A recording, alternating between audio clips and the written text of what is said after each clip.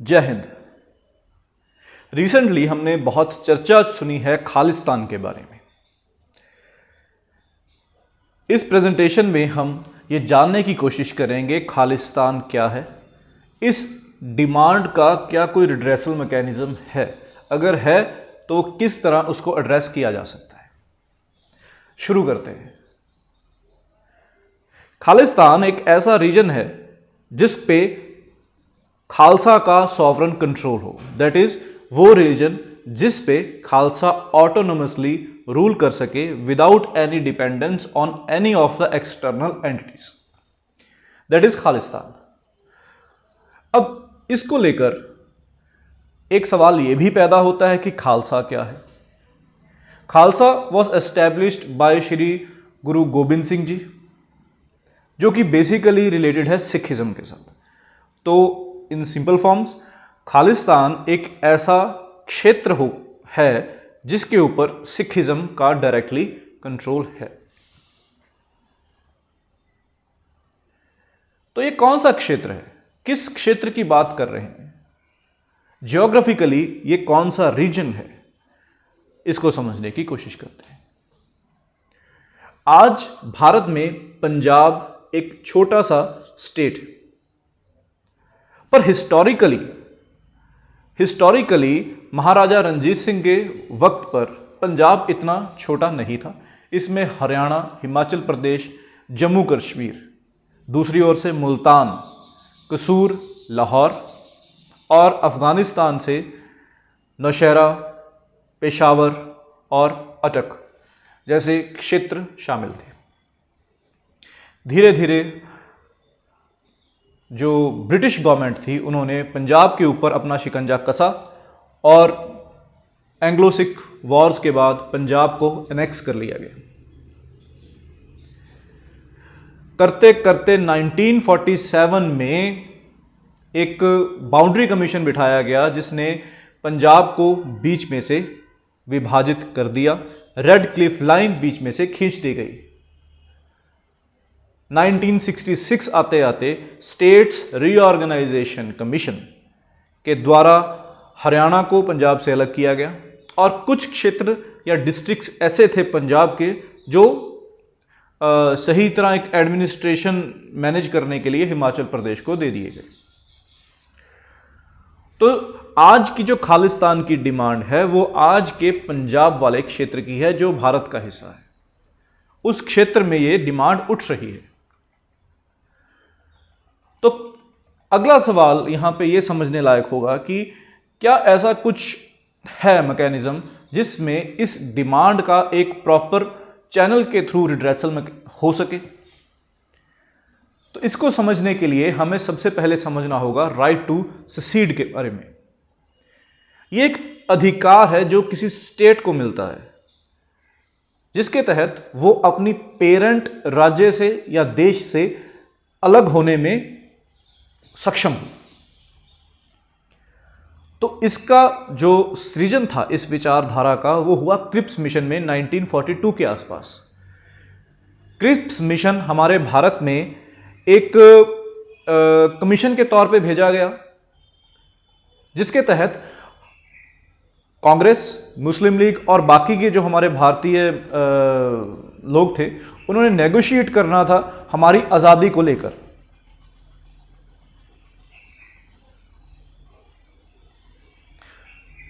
Cripps mission में ऐसी एक क्लॉज रखी गई जिसमें राइट टू सेसीड नाम की चीज थी।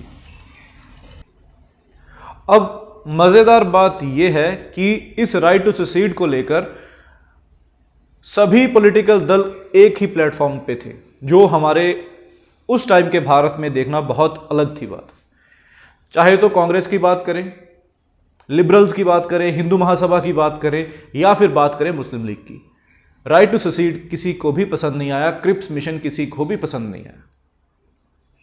अपने अपने कारण थे पर पसंद नहीं आया तो उसको खारिज किया गया।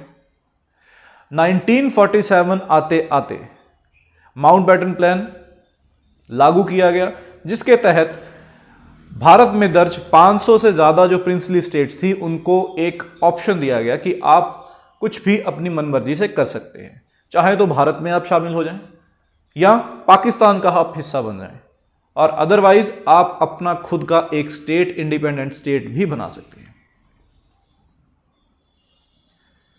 इसी के चलते सरदार वल्लभ भाई पटेल ने एक मुहिम शुरू की। इसमें अलग अलग जो राज्य थे, जो इंडिपेंडेंट स्टेट्स थे, प्रिंसली स्टेट्स थी, उनको इकट्ठा करने की कोशिश की भारत के अंदर। तो 3 केस ऐसे उभर के सामने आते हैं, जूनागढ़ का, कश्मीर का और हैदराबाद का। कहीं प्लेबिसाइड करवाकर लोगों से पूछा गया कि आप कहां जाना चाहते हैं, कहीं एग्रीमेंट के रूप में चीजों को सॉर्ट आउट किया गया, और कहीं पे मिलिटरीली ऑप्शन को टटोला गया। जो मिलिट्री का ऑप्शन था उसको देखा गया। और हैदराबाद का केस अगर देखें तो वहां पे ऑपरेशन पोलो के तहत हैदराबाद के ऊपर काबू पाया गया।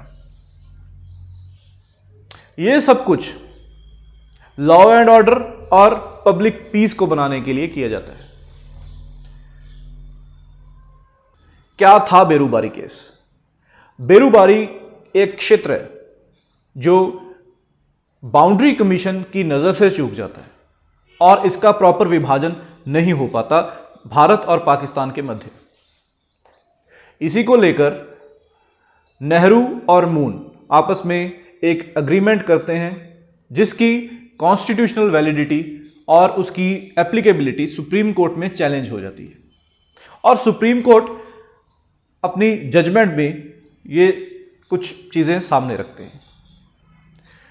सुप्रीम कोर्ट कहते हैं कि आर्टिकल नंबर 1 का सबसेक्शन 3C, जो कि संविधान हमारे कॉन्स्टिट्यूशन का हिस्सा है, उसमें यह मेंशन किया गया है कि भारत किसी फॉरेन टेरिटरी को अपने अंदर समा तो सकता है पर उसे ससीड नहीं कर सकता। दैट इज राइट टू ससीड हमारे कॉन्स्टिट्यूशन का पार्ट नहीं है। दूसरी चीज, आर्टिकल नंबर 3 की बात करें जो कॉन्स्टिट्यूशन का एक पार्ट है, इट इंप्लाइज कि जो पार्लियामेंट है उसके पास ताकत है किस चीज की? स्टेट की या तो बाउंड्रीज अल्टर करने की या उसका नाम बदलने की। उसे इंडिपेंडेंट बनाने की ताकत पार्लियामेंट के पास नहीं है। तो अब बात करें डिमांड की, जो खालिस्तान की डिमांड है, दैट इंप्लाइज वो 3 चीजों के हिसाब से उसका रिड्रेसल नहीं हो सकता। दैट इज हिस्टोरिकली हम देखें। दूसरी चीज, बेरूबारी केस में हमारे पास 2 चीजें आई, आर्टिकल नंबर 1 और आर्टिकल नंबर 3।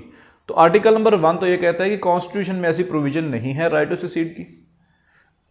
आर्टिकल नंबर 3 की बात करें तो वहां पे पार्लियामेंट के पास ताकत नहीं है सेसीड करने की। तो फिर सेसीड होगा कैसे? तो ये डिमांड का रिड्रेसल कैसे होगा? क्या इसका कोई और तरीका नहीं है? तो ये देखना एक अलग बात है कि हमारे कॉन्स्टिट्यूशन में एक प्रोविजन है अमेंडमेंट की। तो बेरूबारी केस का निर्धारण कैसे हुआ? कैसे उस प्रॉब्लम का सॉल्यूशन हुआ? तो आइए देखते हैं उसका सॉल्यूशन कैसे होता है। Article number 368 of constitution of India employees that parliament can amend the constitution eight times it deems fit. ठीक है, तो इसके लिए कॉन्स्टिट्यूशन को अमेंड करने में के लिए पार्लियामेंट को ताकत दी गई है। बेरूबारी केस में भी ऐसे ही हुआ, क्योंकि भारत का एक हिस्सा भारत से दूर जाना था, चाहे वो इंटरचेंज ही था। ठीक है, basically Berubari was interchange, but it was कि भी हमें भारत का कुछ हिस्सा दूसरी स्टेट को ससीड करना था। इसके लिए कॉन्स्टिट्यूशनल अमेंडमेंट बनाई गई, खास तौर पे संविधान में कुछ फेरबदल की गई, कुछ टाइम के लिए, कुछ जगह को लेके और कुछ इरादे से। तो it is a very tough job. तो कॉन्स्टिट्यूशनल अमेंडमेंट जो है वो 2-3 तरीके से की जा सकती है, सिंपल मेजोरिटी से, स्पेशल मेजोरिटी से, स्पेशल मेजोरिटी विद स्टेट्स के कंसेंट की। तो ये देखना होगा कि किस तरह इस चीज को हम अप्लाई कर सकेंगे, या ये कौन सा मैकेनिज्म होगा जिससे हम इस डिमांड को एक प्रॉपर चैनल के थ्रू सॉर्ट आउट कर सकेंगे।